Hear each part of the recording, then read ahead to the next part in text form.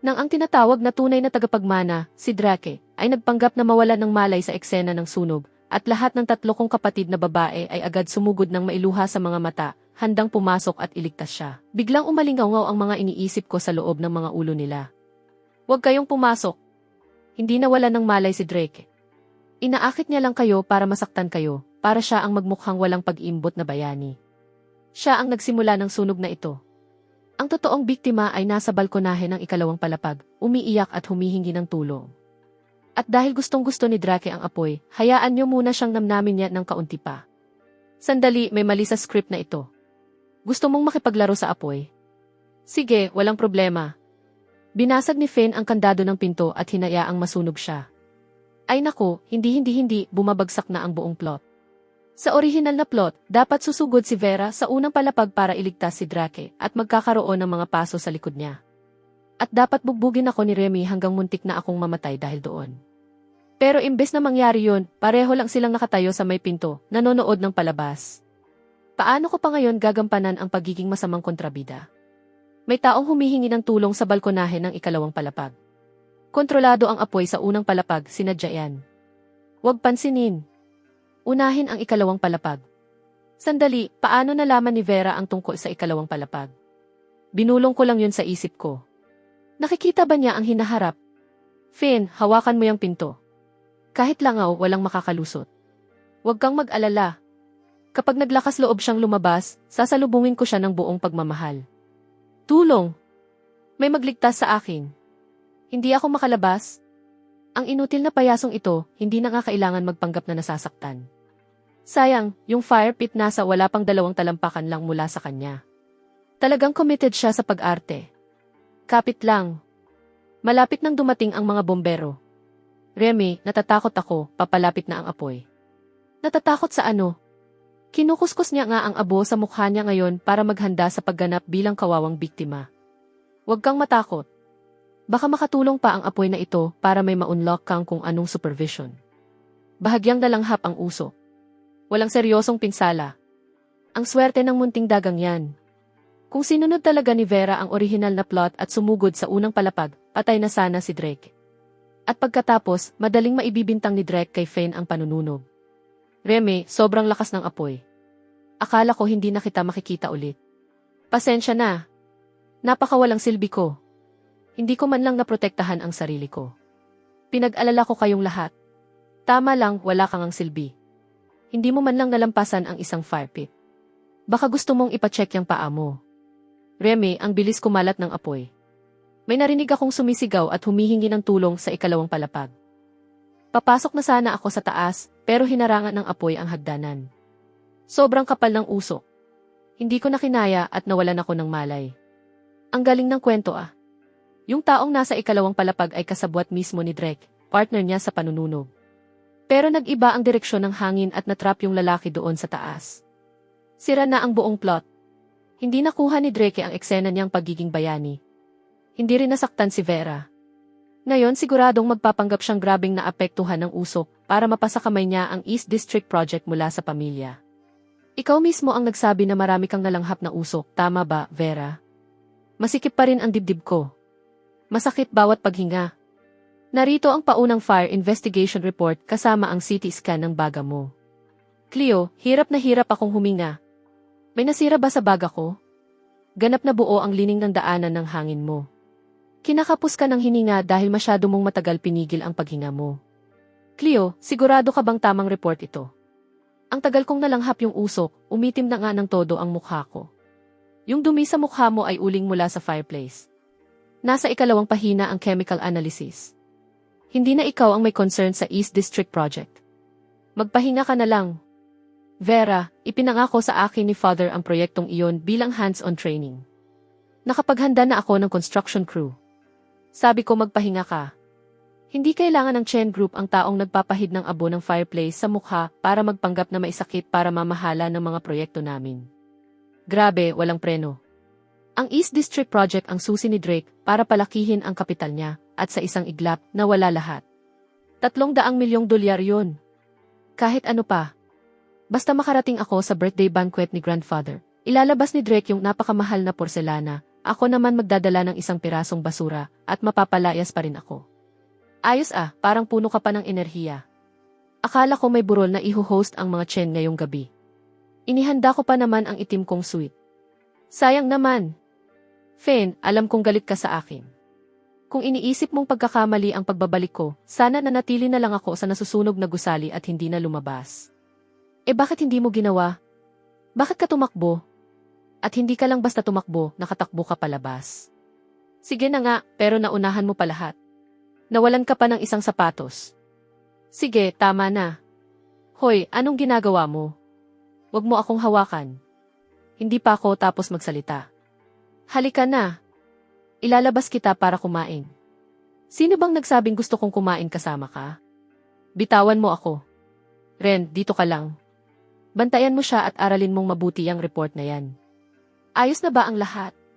Naasikaso na lahat?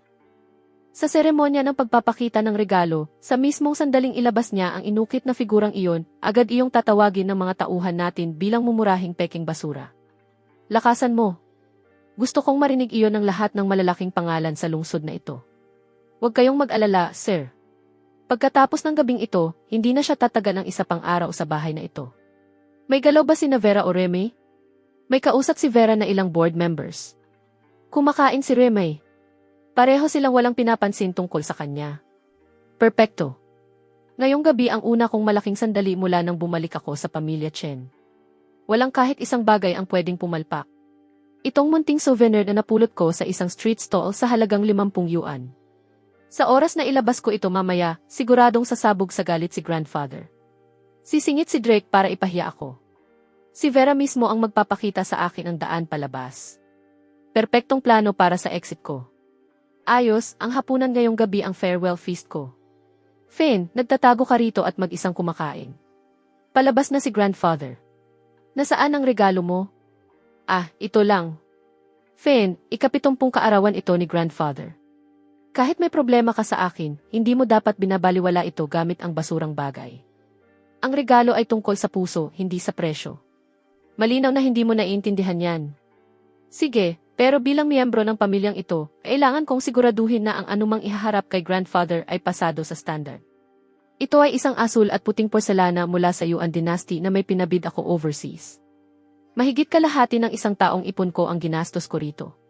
Kung hindi presentable ang dala mo ngayong gabi, pwede kitang pahiramin ng ilang piraso para walang mapahiya. Ay wow! Pekeyan mula kay Matandang Leo sa Antique Market. At may mga pabigat na tinggapan na isiniksik sa ilalim. Ipinapasa ni Drake ang isang 200 yuan na trinket bilang 20 milyong dolyar na antike. Hindi ka panipaniwala. Kapag sumabog ito mamaya, gusto kong makita kung sino ang mas mapapahiya. Hindi na kailangan, sarili mo na lang ang alalahanin mo. Sige, magkita tayo sa loob. Bernard, dalhin mo ang kumpleto mong authentication kit at pumunta ka sa Chen Estate sa loob ng 5 minuto. Bakit ka tumatawag ng authenticator? May dalang peking porselana si Drake para magpasikat kay grandfather. Oh, kanina lang. Nahuli ko ang mga iniisip ng lalaking iyon. Binanggit pa niya yung mga pabigat na tingga sa ilalim. Kung ganoon, ipa-lockdown sa security ang lahat ng exit, walang kahit isang kaluluwa ang makakalabas. Kukuha ako ng baseball bat. Walang pipigil sa akin ngayong gabi. Wag baseball bat. Masyadong maraming importanteng bisita rito ngayong gabi. Gagawin natin ito ng may class. Class? Mas satisfying durugin ang mukha niya gamit ang katotohanan kaysa durugin ito gamit ang baseball bat. Mga iginagalang na bisita, dumating na ang tamang oras. Mangyaring pumunta na sa main stage. Opisyal nang magsisimula ang seremonya ng pagpapakita ng mga regalo. Eto na. Magsisimula na ang grand exit ko. At ngayon, pakisamahan nating tanggapin ang ikalawang batang master para iharap ang kanyang regalo kay grandfather. Sandali. Nakita ko na ang ukit na iyan dati. Mass-produced na souvenir yan mula sa Temple Market, 50 yuan bawat isa. May stamp pa sa ilalim na nakasulat, Made in Yiwu. Tama yan. Tama yan. Eksaktong 50 yuan. Sige na. Gumawa na kayo ng eksena. Palayasin niyo na ako. Tapos na akong gampanan ang role na kontrabida. Kahit isang segundo pa, ayoko na. Lahat po, sana wag kayo magkamali ng isip. Hindi gaanong sanay ang kapatid ko sa mga antike. Normal lang kung naloko siya. Tutal, napakaraming taon siyang nawala sa bahay. Limitado ang mata niya pagdating sa mga bagay na ganito. Grandfather, ito po ay isang asul at puting porselana mula sa Yuan Dynasty na hinanap ng apo ninyo para sa inyo. Para mahanap ang kayamanang ito, bumiyahe ako sa 3 bansa at nakiusap sa hindi mabilang na collectors. Sa wakas, naibalik ko ito sakto para sa kaarawan ninyo. Tingnan niyo ang kulay, ang brushwork. Siguradong tunay ito. Magsisimula sa 20 milyon, madali lang. Yan ang tunay na class ng pamilya Chen. Yan ang pinaninindigan ng pamilyang ito. Fen, kung gipit ka talaga sa pera, lumapit ka lang sa akin. Ang magdala ng basurang galing street stall para lokohin si grandfather, kahihiyan yan sa buong pangalan ng Chen. Ang payasong ito, ipinapasa ang 100 yuan na trinket bilang 20 milyong dolyar na antike. Matapang at may mga pabigat pang tingga sa ilalim. Kapag sumabog ito, gusto kong makita kung sino ang mas mapapahiya. Reme, nasisiraan ka na ba ng ulo?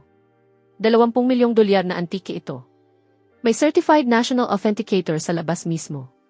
Drake, kung ang basurang iyan ay may halaga kahit 100 dolyar lang, ibibigay ko na sa iyo ang panalo. Bernard, scan mo ito. Ito ay factory serial number mula sa Modern Craft Workshop sa Jingdezhen. Retail price, 288 yuan, libre na ang shipping. Paano nalaman ni Remay na may QR code sa ilalim? Alam pa niya na libre ang shipping. Sino bang sumusulat ng script na ito? Ako ay naloko. Niloko ako ng auction house na iyon. Tatawag ako ng pulis ngayon din, hindi na kailangan.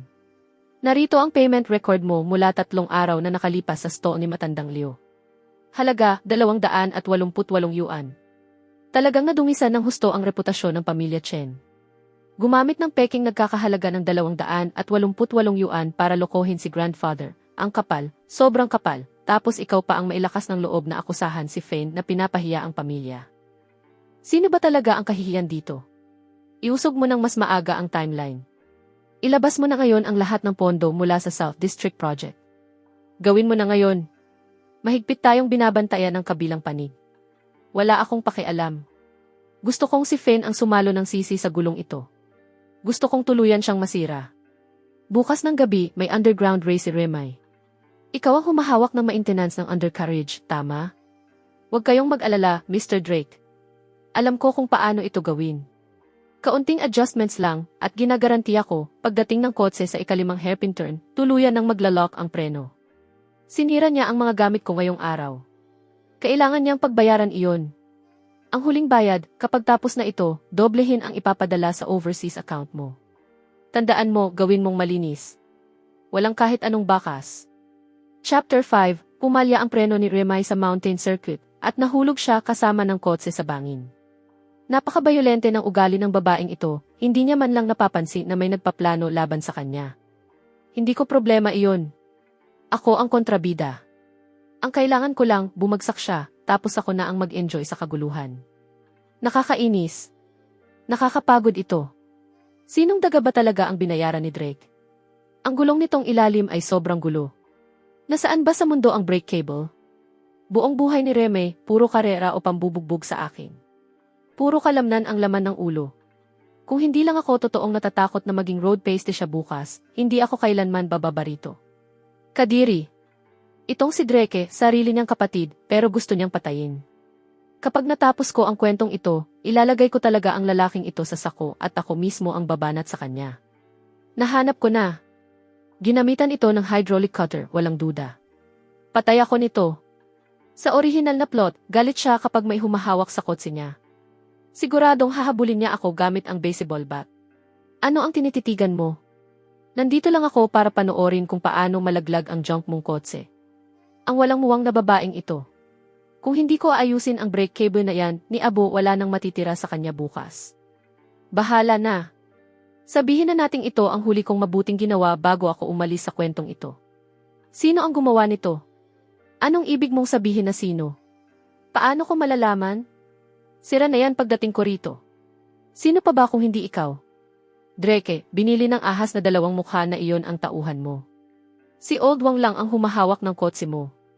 Jade, anong ginagawa mo rito sa gitna ng gabi? Magsalita ka. Magkano ang ibinayad ni Drake sa'yo para kunin ang buhay ko? Remay, hindi ko alam ang sinasabi mo. Baka naputol lang ang cable dahil sa tagal.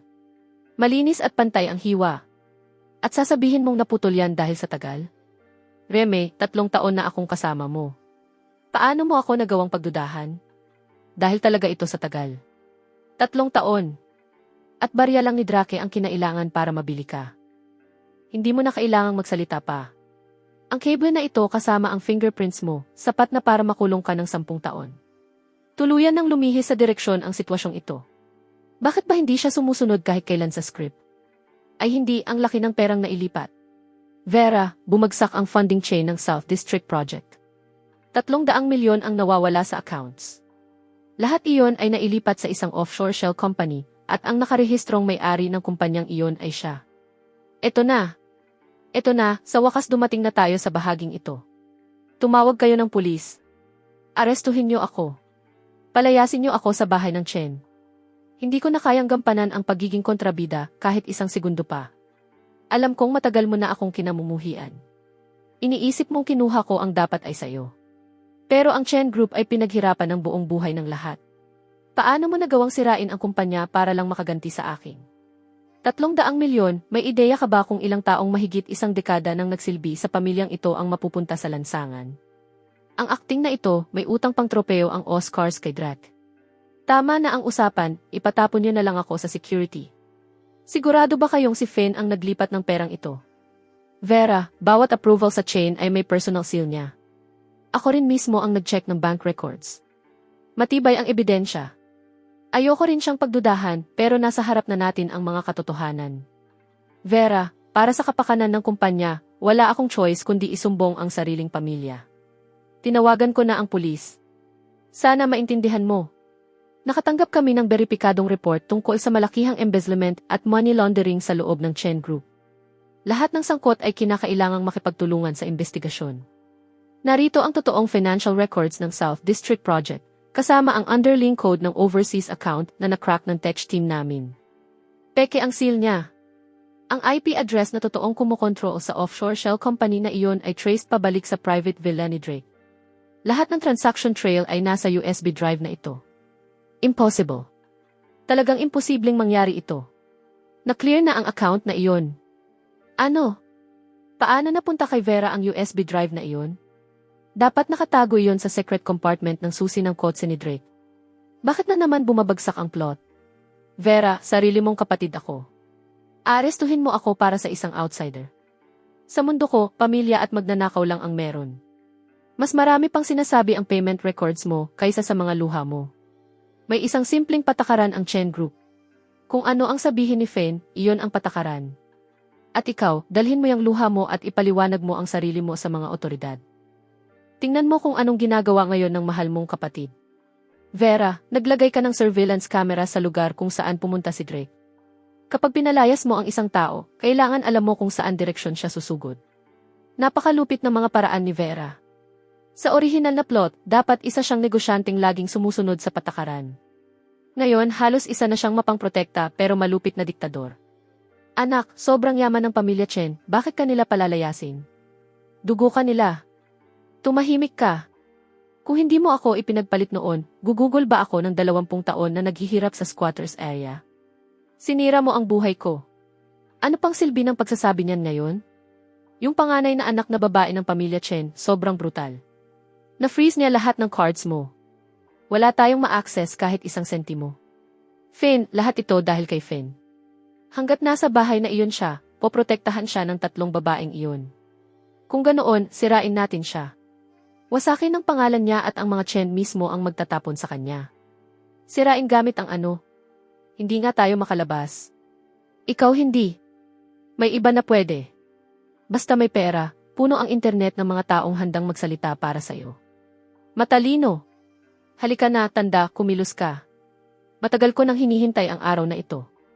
Gusto ko yung matigas na enerhiya ng kontrabida. Hindi alam ni Finn kung sino ang tunay niyang biological parents, tama? Matagal nang itinatago iyon ng pamilya Chen sa kanya. Isa lang siyang ulilang walang halaga. Gawin natin. Madali lang.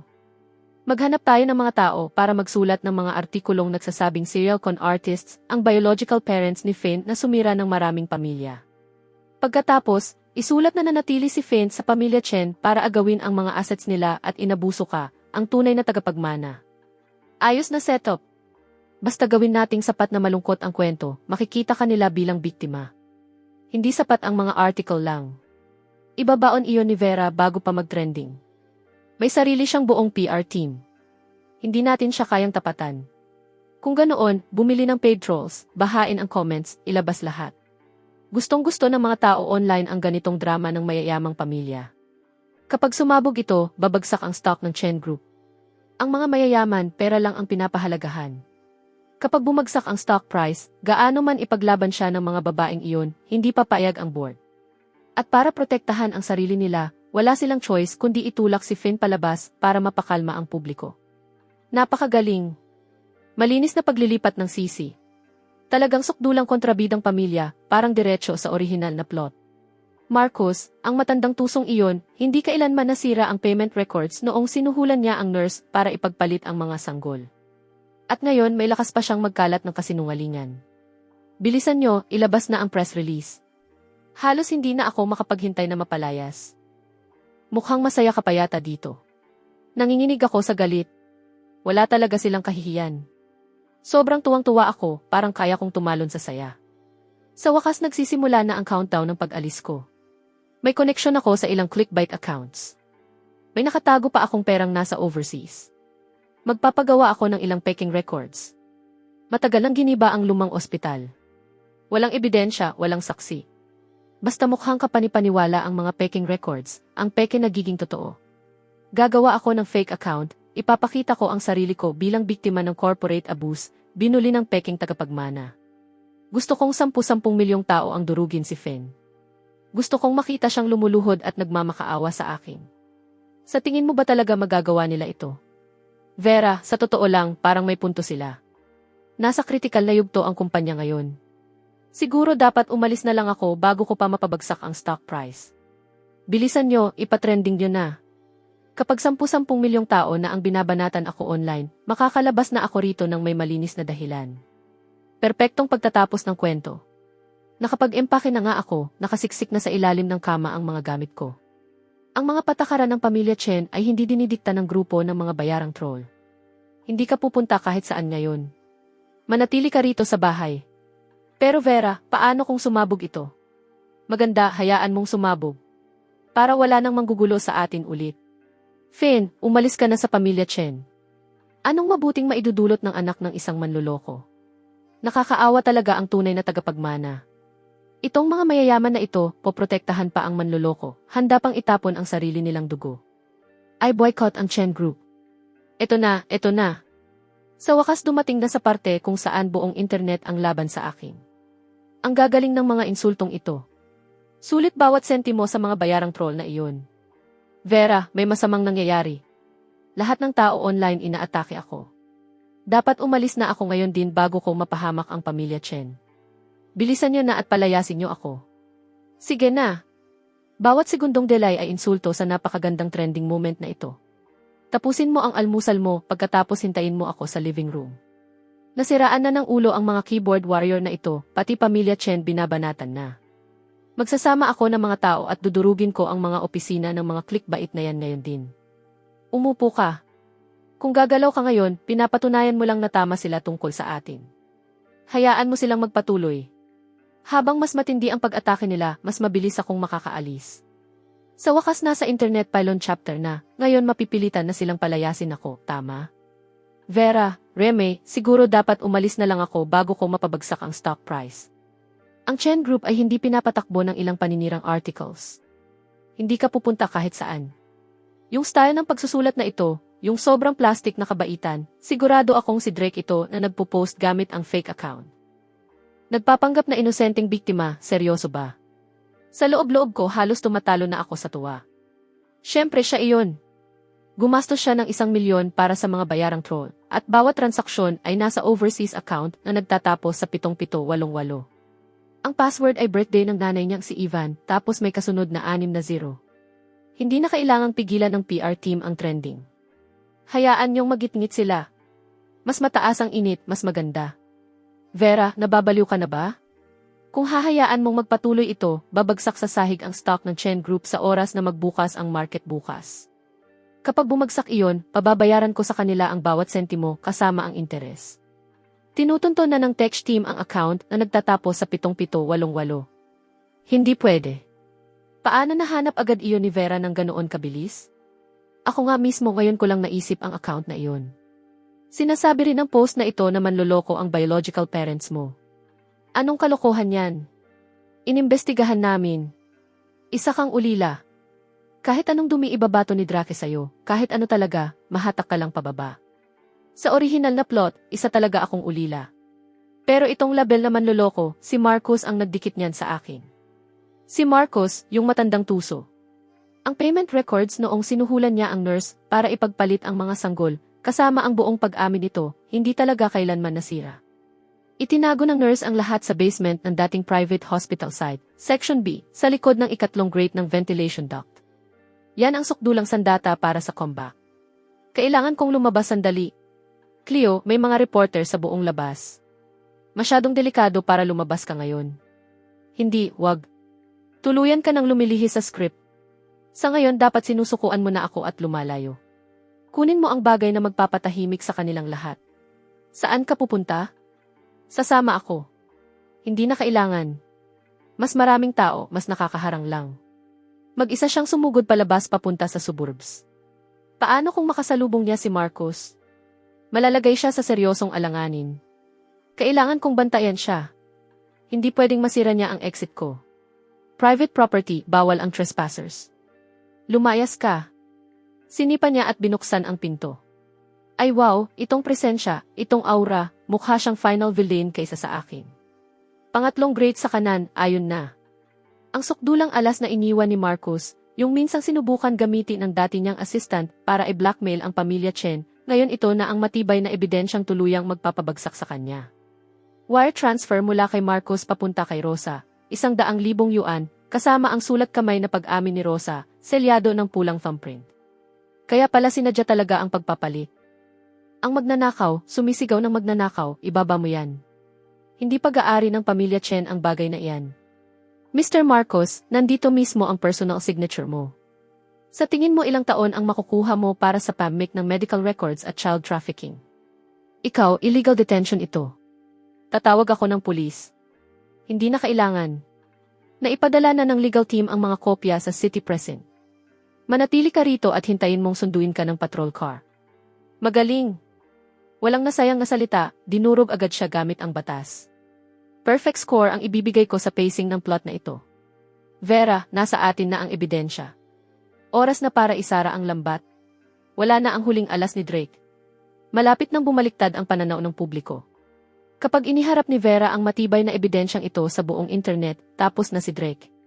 Dapat bumalik na ako sa kwarto ko at mag-empake, maghanda para sa final chapter. Miss Chen, may mga ulat na tinakpan ng Chen Group ang mga krimen ng peking tagapagmana at pinalayas ang tunay na tagapagmana. Drake, totoo ba ito? Ang biological parents ng adopted son ay sinasabing mga manloloko. Ang pagpapanatili sa kanya sa pamilya, hindi ba paglabag iyon sa pangunahing moral standards? At ang stock ng Chen Group ay bumagsak ng malaki sa pagbukas ngayong araw. May connection ba iyon sa iskandalo? Sa tingin nila, matitinag si Vera sa mga mahihinang tanong na yan? Mga bayarang troll ni Drake, puro amateur. Hindi man lang sila nakaisip ng kahit isang matalas na tanong. Ang reporter na naka-red hat ay binayaran ni Drake ng 50,000 yuan at ang overseas account ni Drake na nagtatapos sa 7788, ang password ay birthday ni Yvonne na may kasunod na 6 na 0, lahat ng transaksyon ay naroon. Tech team, buksan ang account na nagtatapos sa 7788, password 0512 tapos 6 na 0. Ilabas ang buong transaction history at ilagay sa main screen. Bawat tanong na meron kayo, sasagutin ng Chen Group gamit ang mga katotohanan ngayong araw. Una, ang transaction records ng overseas account. Account holder, Drake. Mga recipient, 30 clickbait accounts na kasalukuyang aktibo online, kasama ang reporter na kakatanong lang. Ang 50,000 transfer na iyon ay pumasok alas 2 ng madaling araw kagabi. Pangalawa, ang opisyal na fire investigation report na inilabas ng City Fire Department. Nagsimula ang sunog sa kwarto ni Drake. Ang accelerant sa ignition material ay may fingerprints. Ang totoong biktima ay natrap sa ikalawang palapag. Pangatlo, records mula sa isang private hospital 22 taon na ang nakalipas. Ang ama ni Drake na si Marcus ay sinuhulan ang isang nurse para ipagpalit ang dalawang bagong silang nasanggol. Ang payment record at ang sulat kamay na pag-amin ng nurse, nandito lahat. Hindi biktima si Drake. Siya ang anak ng lalaking nagplano ng buong sabuatang ito. Naipasa na ng legal team ng Chen Group ang lahat ng ebidensya sa mga otoridad. Si Drake at ang biological parents niya ay pinaghihinalaang sangkot sa embezzlement, arson, defamation, at child trafficking. Sandali, paano napunta kay Vera ang hospital records? Sobrang lumihis na ang plot na ito, kahit ang mismong gumawa nito hindi na makikilala. Sa orihinal na plot, hindi pa dapat lumalabas ang mga records na ito hanggang mas malayo pang bahagi ng kwento. Pero ngayon ibinubunyag na ito ng Lev sa buong internet. Paano ko pa ngayon gagampanan ang universally hated fake here? Hindi po protektahan ng Chen Group ang kahit sinong kriminal, kahit pa may dugo siyang Chen. At kasabay nito, hindi namin pababayaan ang tunay na miyembro ng pamilyang ito. Tapos na ang press conference na ito. Halos hindi na nakalabas ng pinto si Drake. Abisuhan agad ang traffic department. I-check ang surveillance sa bawat exit palabas ng lungsod. Tapos na ang lahat. Na-freeze ang mga accounts. May mga plainclothes security sa lahat ng lugar na hinahanap tayo. Bakit ka nagpapanik? Sobrang yaman ng pamilya Chen. Pinakamasama mangyari, susunugin natin lahat. Gamit ang naibunyag na ni Vera lahat ng cards natin. Wala na nga akong matayuan ngayon. May intel ako. Ang bunso ng pamilya Chen ay pupunta sa Suburban Villa ngayong araw para kunin ang artwork niya. Wala siyang bodyguards. Dakpin niyo siya. Gamitin niyo siya kapalit ng transfer documents ng South District Project, kasama ang 20% stake ni Vera. Kapag nakuha natin ang pera, agad tayong aalis sa pamamagitan ng dagat. Gusto kong malaman nila kung anong nangyayari kapag sinisiksik nila ako sa sulok. Ang kapal ng mukha niyang lumaban pabalik. Sandali, hindi tama ito. Wasak na si Drake. Wanted criminal na siya. Mangyayari pa rin ba ang eksena ng kidnapping ng daga na napasok sa sulok mula sa orihinal na plot? Sa bilang ko, ngayong hapon dapat abangan ni Marcus ang Suburban Villa, magtatago sa garahe at gagawing hostage si Cleo. Pero sobrang gulo na ng plot na ito, si Drake abala na sa pagtakas para iligtas ang sarili niya. Saan siya kukuha ng lakas ng loob para magsagawa pa ng kidnapping? Vera, saan pumunta si Cleo kanina? Sa Suburban Villa para kunin ang artwork niya. Ay hindi, yung Suburban Villa, pumunta nga siya. Siguradong naghihintay na sa garahe ang dagang si Drake.